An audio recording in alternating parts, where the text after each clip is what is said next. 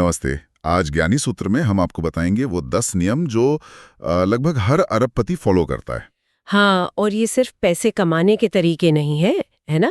ये तो सोचने का, काम करने का एक पूरा ढांचा है। बिल्कुल, ये वो सिद्धांत हैं जो असाधारण सफलता दिलाते हैं। तो चलिए गहराई में उतरते हैं इनके। जरूर। पहला नियम है दीर्घकालीन सोच, मतलब दूर की सोचना। हाँ, ये बहुत ही बुनियादी है। ये लोग आज के छोटे मोटे फायदे या क्या कहते हैं बाजार के उतार चढ़ाव से ज्यादा परेशान नहीं होते। अच्छा। उनकी नजर तो आने वाले दशकों पर होती है।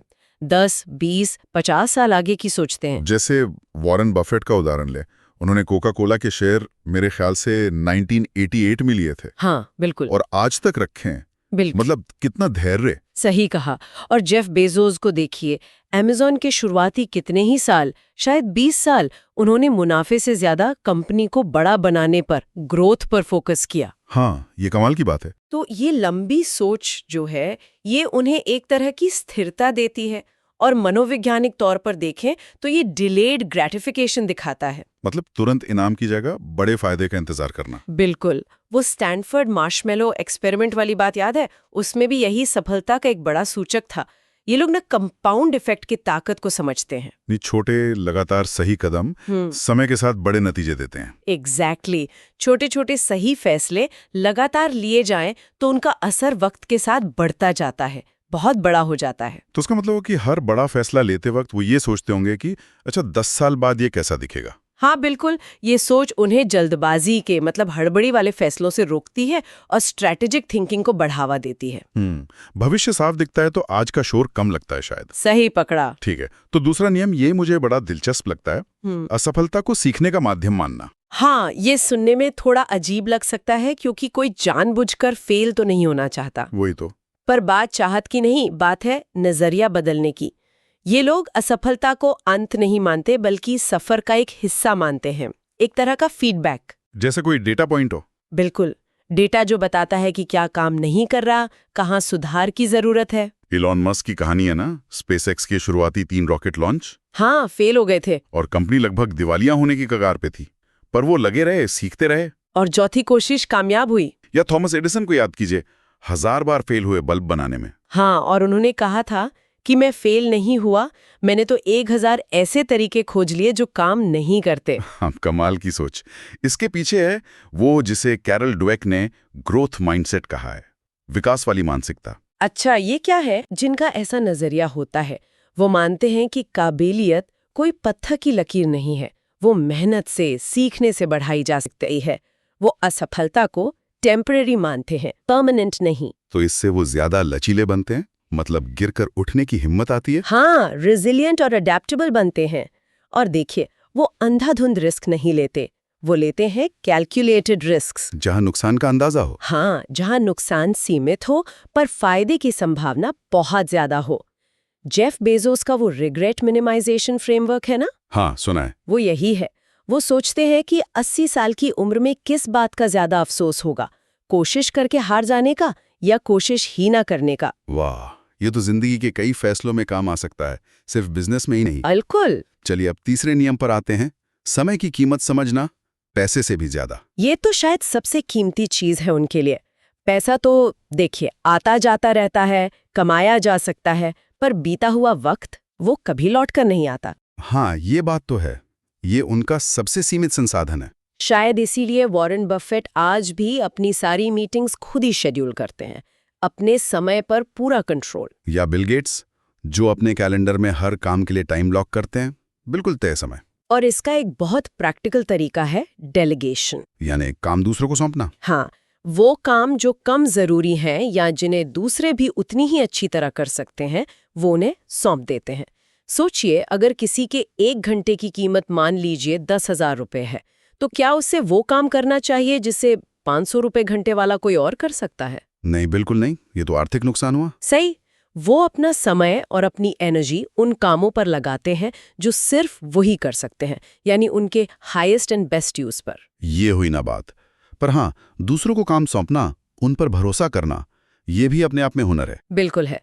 और समय बचाने का एक और तरीका है ध्यान भटकने से बचना।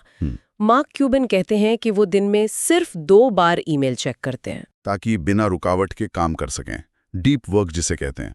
एग्जैक्टली आज की दुनिया में इतनी सारी डिस्ट्रैक्शंस हैं तो ध्यान लगाकर बिना भटके गहराई से काम कर पाना ये अपने आप में एक सुपर पावर जैसा है। सही कहा।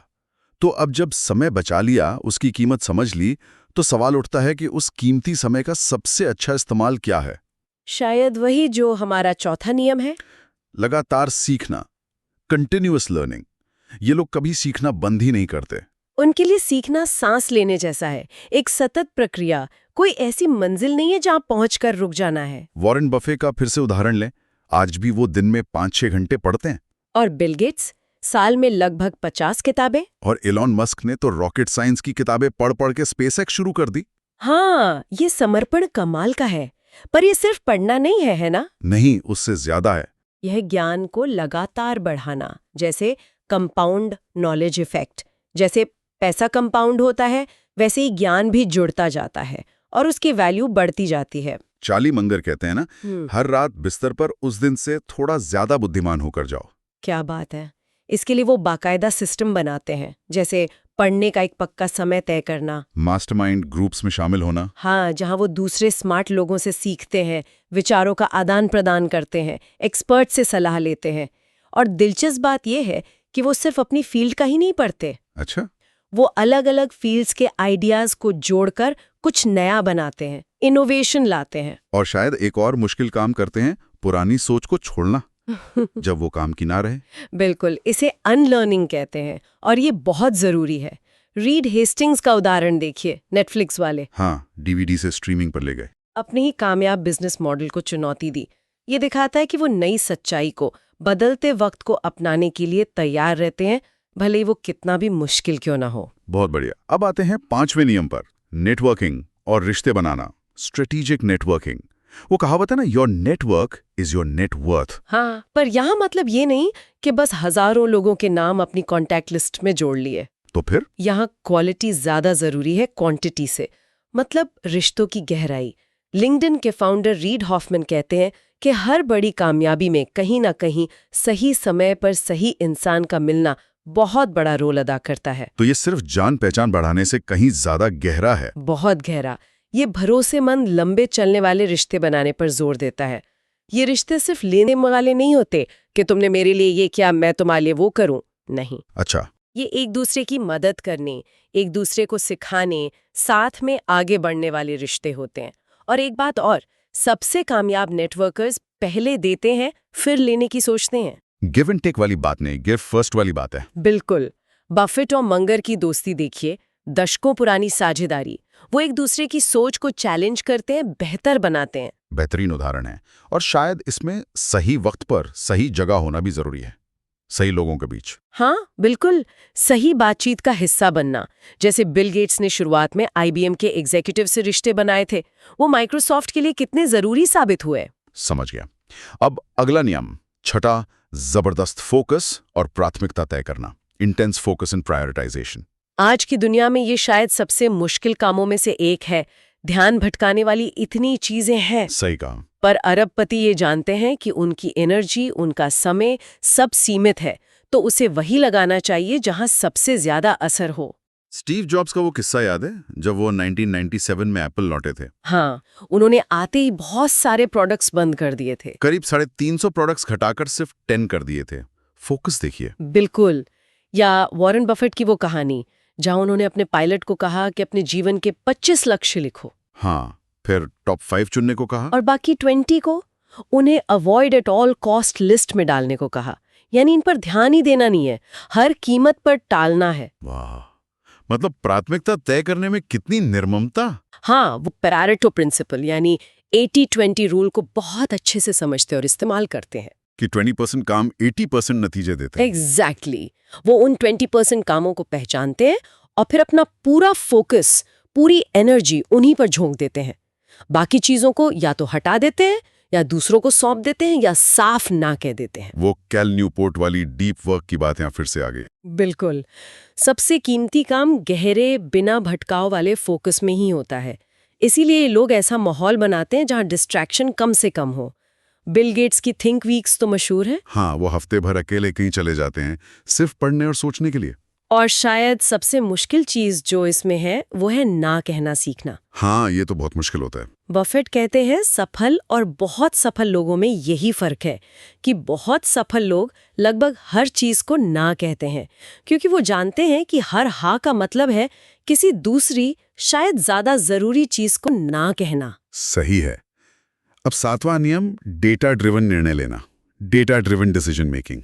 मतलब अंदाजे या गट फीलिंग पर नहीं, बल्कि तथ्यों और आंकड़ों के आधार पर फैसले करना। इससे फैसलों में ऑब्जेक्टिविटी आती है ना? बिल्कुल। भावनाएं, व्यक्तिगत झुकाव, ये सब हमें भटका सकते हैं, लेकिन डेटा अक्सर सच्ची तस्वीर दिखाता है, चाहे वो हमें पसंद आए या ना आए। जेफ बेजोस का नाम इसमें फिर आता है।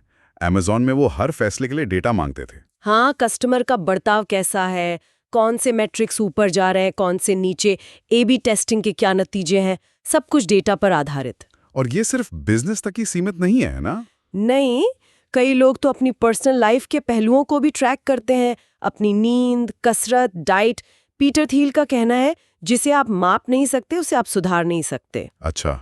क्वांटिफाइड सेल्फ जिसे कहते हैं। हाँ, वो बिजनेस मैट्रिक्स से लेकर पर्सनल हेल्थ तक सब ट्रैक करते हैं ताकि समझ सकें कि क्या काम कर रहा है और क्या नहीं, कहाँ सुधार की गुंजाइश है। लेकिन क्या डेटा हमेशा गट फीलिंग या अनुभव से ज्यादा महत्वपूर्ण होता है? ज्यादातर बड़े फैसलों में हाँ, वो संभावनाओं के आधार पर सोचते हैं, मतलब प्रोबेबिलिस्टिक थिंकिंग। किसी कदम के सफल होने की कितनी संभावना है, कितना फायदा, कितना नुकसान। रे डालियो का उदाहरण लीजिए, ब्रिज वाटर वाले। हाँ, उन्होंने तो अपनी पूरी इन्वेस्टमेंट स्ट्रेटजी को ही एल्गोरिदम में बदल दिया है, ताकि इंसानी गलतियों और इमोशनल बायस की गुंजाइश कम से कम हो। वो लैगिंग इंडिकेटर्स जैसे पिछली बिक्री से ज्यादा लीडिंग इंडिकेटर्स पर ध्यान देते हैं, जैसे कस्टमर एंगेजमेंट या वेबसाइट ट्रैफिक। हाँ, क्योंकि ये भविष्य का संकेत देते हैं। समझ गया। अब 8वां नियम, ये थोड़ा तकनीकी सा लगता है।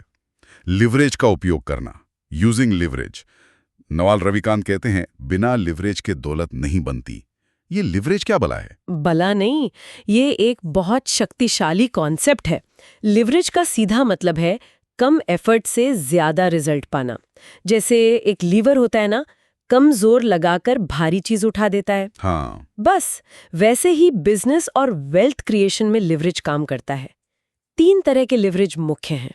कौन कौन से? पहला, श्रम का लिवरेज, लेबर लिवरेज, यानी दूसरे लोगों का समय, उनका हुनर इस्तेमाल करना, अपनी टीम बनाना। अच्छा। दूसरा, पूंजी का लीवरेज, कैपिटल लेवरेज, यानी दूसरों के पैसे का इस्तेमाल करना, निवेश लेना, लोन लेना। और तीसरा है ऐसे प्रोडक्ट्स जिनकी कॉपी बनाने में लागत न लगे, products with no marginal cost of replication, जैसे code, software, media, digital content. तो मतलब अकेले अपनी मेहनत से अरबपति बनना लगभग नामुमकिन है? प्रैक्टिकली हाँ, कोई भी अकेले शिखर तक नहीं पहुंचता। आप देखिए, जॉब्स के साथ वॉज़निएक थे, गेट्स के साथ पॉल एलन थे, गूगल में पेज के साथ ब्रिन थे। सही। वो अपने से ज्यादा स्मार्ट लोगों को हायर करते हैं। ये हुआ श्रम का लीवरेज। और पूंजी का लीवरेज हुआ दूसरों में पैसे से अपने बिजनेस को तेजी से बढ़ाना। बिल्कुल, जैसे रियल एस्टेट वाले बैंक लोन या निवेशकों के पैसे, OPM, अदर पीपल्स मनी का इस्तेमाल करते हैं, या स्टार्टअप्स इन्वेस्टर्स की फंडिंग से स्केल करते हैं। इससे रिस्क भी बढ़ता है और रिटर्न की संभावना भी बढ़ती है। और तीसरा लीवरेज, जो आज के डिजिटल दुनिया में शायद सबसे पावरफुल है, वो है टेक्नोलॉजी का लीवरेज, कोड और मीडिया। मार्क ज़करबर्ग ने एक प्लेटफॉर्म बनाया, फेसबुक। उसे अरबों लोग इस्तेमाल करते हैं, पर क्या फेसबुक की टीम में अरबों लोग हैं? नहीं। नहीं, बिल्कुल नहीं। सॉफ्टवेयर या डिजिटल कंटेंट एक बार बन जाए तो उसे करोड़ों लोगों तक पहुंचाने का एक्स्ट्रा खर्चा बहुत कम होता है। ये आपको असीमित रूप से स्केल करने की ताकत देता है। और ये सब करने के लिए, मतलब लीवरेज इस्तेमाल करने के लिए, दूसरों पे भरोसा करना, काम सौंपना, डेलीगेट करना बहुत जरूरी है। बेहद जरूरी। रिचर्ड ब्रांसन की 400 से ज्यादा कंपनियां हैं। वो अकेले तो नहीं चलाते, वो सही लोग चुनते हैं, उन्हें जिम्मेदारी देते हैं और फिर उन्हें उनका काम करने देते हैं। माइक्रो मैनेजमेंट, यानी हर छोटी चीज में दखल देना, वो ग्रोथ को रोकता है। समझ गया। 9वां नियम, ये अक्सर नजरअंदाज हो जाता है, स्वास्थ्य और ऊर्जा प्रबंधन, हेल्थ एंड एनर्जी मैनेजमेंट। हाँ, लोगों को लगता है कि ये सुपर सक्सेसफुल लोग शायद मशीन है, सोते भी नहीं होंगे। बिल्कुल यही लगता है, दिन रात बस काम काम काम। पर असलियत काफी अलग है। ज्यादातर टॉप परफॉर्मर्स अपनी सेहत और एनर्जी का बहुत ध्यान रखते हैं। वो जानते हैं कि शिखर पर बने रहने के लिए ये बिल्कुल जरूरी है। जेफ बेजोस का वो 8 घंटे सोने वाला नियम, वो कहते हैं कि अच्छे फैसले लेने के लिए अच्छी नींद जरूरी है। बिल्कुल। या Mark Zuckerberg, Tim Cook, Jack Dorsey, ये सब नियमित रूप से कसरत करते हैं। क्योंकि सेहत के बिना दौलत का क्या फायदा। सही कहा। वॉरेन बफे ने कहा है, आपको जिंदगी में एक शरीर और एक दिमाग मिलता है, उससे संभाल कर रखो। वो अपनी एनर्जी को पीक पर रखने की कोशिश करते हैं। तो ये सिर्फ सोना और कसरत करना ही नहीं है। नहीं, ये उससे ज्यादा है। वो अपने शरीर की लय, अपनी सर्केडियन रिदम्स को समझते हैं। सबसे जरूरी, सबसे मुश्किल काम तब करते हैं जब उनका दिमाग सबसे तेज चलता है। अच्छा। तनाव प्रबंधन, स्ट्रेस मैनेजमेंट भी बहुत अहम है। रे डालियो मेडिटेशन करते हैं। आरियाना हफिंगटन नींद के महत्व पर कितना जोर देती हैं। वो मेंटल हेल्थ को कमजोरी नहीं मानते, बल्कि एक कॉम्पिटिटिव एडवांटेज। बिल्कुल। एक स्वस्थ, शांत और फोकस दिमाग बेहतर फैसले लेता है, और वो बीमार होने का इंतजार नहीं करते। बचाव पर ज्यादा ध्यान देते हैं। हाँ, preventive health care, regular checkup, personalised nutrition वगैरह। उनका शरीर और दिमाग ही उनकी सबसे बड़ी संपत्ति है, और वो उसमें इन्वेस्ट करते हैं। और अब आते हैं 10वें और शायद सबसे महत्वपूर्ण नियम पर, मूल्य बनाने पर focus, value creation over wealth accumulation. हाँ, ये शायद इन सब का आधार है। पैसा कमाने से ज्यादा ध्यान इस बात पर देना कि आप दुनिया को क्या दे रहे हैं, क्या वैल्यू ऐड कर रहे हैं। क्योंकि दौलत असल में वैल्यू क्रिएशन का नतीजा है, एक बाय प्रोडक्ट। एग्जैक्टली। अगर आप लोगों की जिंदगी में सचमुच कोई कीमत जोड़ते हैं, उनकी कोई बड़ी जरूरत पूरी करते हैं या कोई बड़ी समस्या हल करते हैं, तो पैसा अपने आप आता है। जेफ बेजोस का वो सिद्धांत, कस्टमर ऑब्सेशन, मुनाफे से पहले ग्राहक। हाँ, या इलॉन मस्क का विजन देखिए। उनका मकसद सिर्फ पैसा कमाना नहीं लगता, वो मानवता की बड़ी समस्याओं पर काम कर रहे हैं। Sustainable energy, space exploration. इनमें एक प्रॉब्लम सॉल्विंग माइंडसेट होता है ना। बहुत गहरा। दुनिया की सबसे बड़ी दौलत अक्सर सबसे बड़ी समस्याओं को हल करने से ही बनी है। बिल गेट्स का सपना क्या था? हर डेस्क पर कंप्यूटर। मार्क जकरबर्ग का मिशन था लोगों को जोड़ना। और ये ऐसे समाधान बनाते हैं जो लाखों करोड़ों लोगों की जरूरतें पूरी करें। इसीलिए टेक्नोलॉजी वाले अक्सर इतनी तेजी से वेल्थ क्रिएट करते हैं, क्योंकि उनका स्केल, उनका इम्पैक्ट बहुत बड़ा होता है। और वो शॉर्ट टर्म मुनाफे के बजाय लॉन्ग टर्म वैल्यू पर ध्यान देते हैं। बिल्कुल। बफेट की वो बात फिर से, प्राइस इज व्हाट यू पे, value is what you get. कीमत वो है जो आप चुकाते हैं, वैल्यू वो है जो आपको मिलता है। वो वैल्यू बनाने पर फोकस करते हैं। और अंत में शायद ये लोग दौलत को सिर्फ एक नंबर या स्कोर कार्ड की तरह नहीं देखते। नहीं, वो उसे एक टूल मानते हैं, दुनिया पर सकारात्मक असर डालने का एक साधन। Bill and Melinda Gates foundation को देखे, या गिविंग प्लेज जैसी पहल। हाँ, जहां अरबपति अपनी ज्यादातर दौलत दान करने का वादा करते हैं। ये दिखाता है कि असली मकसद सिर्फ पैसा जमा करना नहीं, बल्कि दुनिया में कुछ अच्छा करके जाना, एक लेगेसी छोड़ना है। तो ये थे वो 10 नियम। ये कोई जादू की छड़ी नहीं है जैसा आपने कहा। नहीं, बिल्कुल नहीं। ये सोच बदलने वाले सिद्धांत है। दुनिया को देखने का, फैसले लेने का एक अलग नजरिया है। और हर किसी का सफर अलग होता है, पर ये सिद्धांत ज्यादातर सफल लोगों में कॉमन दिखते हैं। हाँ, और ये रातों रात नहीं होता। इसके पीछे सालों की मेहनत है, अनुशासन है, लगातार सीखना है, और सबसे जरूरी, अटूट फोकस। बिल्कुल। तो आज सुनने वालों के लिए एक सोचने वाली बात ये हो सकती है कि इन 10 नियमों में से कौन सा एक नियम है जिसे वो आज से ही छोटे रूप में ही सही अपनी जिंदगी या काम में अपनाना शुरू कर सकते हैं। हाँ, ये अच्छा सवाल है। जरूरी नहीं कि सब कुछ एक साथ किया जाए। शायद सिर्फ एक नियम पर लगातार काम करना भी अगले 5 सालों में एक बड़ा फर्क ला सकता है ना। बिल्कुल। वो कंपाउंड इफेक्ट वाली बात यहाँ भी लागू होती है। छोटे लगातार सुधार ही समय के साथ बड़े नतीजे देते हैं। ओके, हमें उम्मीद है आज का सूत्र आपको पसंद आया होगा। हमारे चैनल को सब्सक्राइब जरूर करें। धन्यवाद।